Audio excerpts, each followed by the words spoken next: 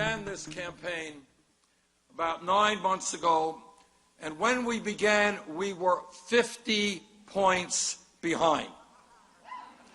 We were 50 points behind the inevitable Democratic nominee. Well, guess what? That inevitable candidate ain't so inevitable today. That's Democratic presidential candidate Bernie Sanders in Birmingham tonight. And just over an hour ago, he was speaking to a packed house down at Boutwell Auditorium. WIAT 42 news reporter Brittany Bivens is live there right now. Brittany, do we know how many people were there tonight with you? Well, Jim, we have heard from campaign leaders who say preliminary numbers show as many as 7,000 people could have been out here tonight to hear Sanders. He, of course, during his speech said that one of the reasons he wanted to come today was because it is Dr. Martin Luther King Jr. Day. He drew a lot of parallels between his own mission and some of King's dreams. And based on the response from the audience tonight, he had a very enthusiastic crowd. There must be some kind of mistake. I was told that Alabama was a conservative state.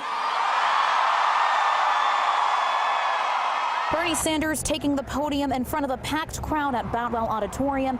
The Democrat laid out his plan for the presidency, including guaranteeing free public college tuition, paid family and medical leave, and raising the minimum wage to $15 an hour. We are going to create an economy that works for the middle class, not for the billionaire class. Sanders also tailored his message for this Birmingham audience. And I want to say to the folks here in Alabama, I come from a state that's going to vote Democratic. I go to Massachusetts, they're going to vote Democratic. I go to the West Coast, they're going to vote Democratic. The challenge that you face, and I respect you so much, is the work that you have got to do is more difficult than the work in my state. Now, there were a few tense moments tonight. About midway through Sanders' speech, a woman in the audience became sick, and Sanders actually stopped his speech so that medical personnel could go and give that woman some medical attention. We are told that she's going to be okay. There was a delay for about 10 minutes, and then Sanders went back on stage to finish his speech, and the crowd did go ahead and applaud him for making that pause to make sure that woman did get the attention she needed.